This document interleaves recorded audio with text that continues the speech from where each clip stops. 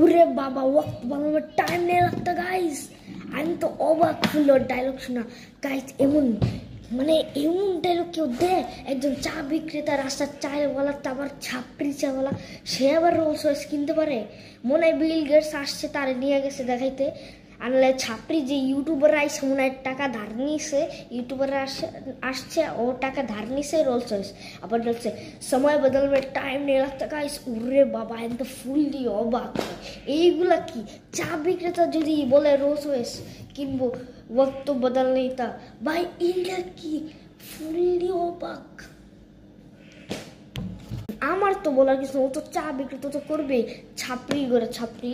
আবার status do do do do do do do do do do do do do do do, আবার ছাপড়ি করে ছাপড়ি দু দু করে খাই। দেখবেন বিশ্বাস, আপনার বিশ্বাস হয়।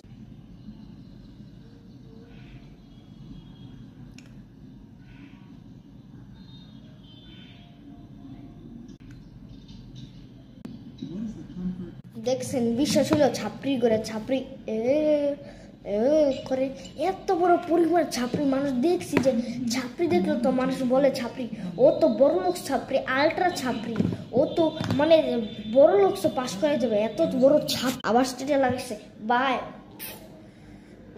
ভাই এমন ছাপড়ি কেমন নয়?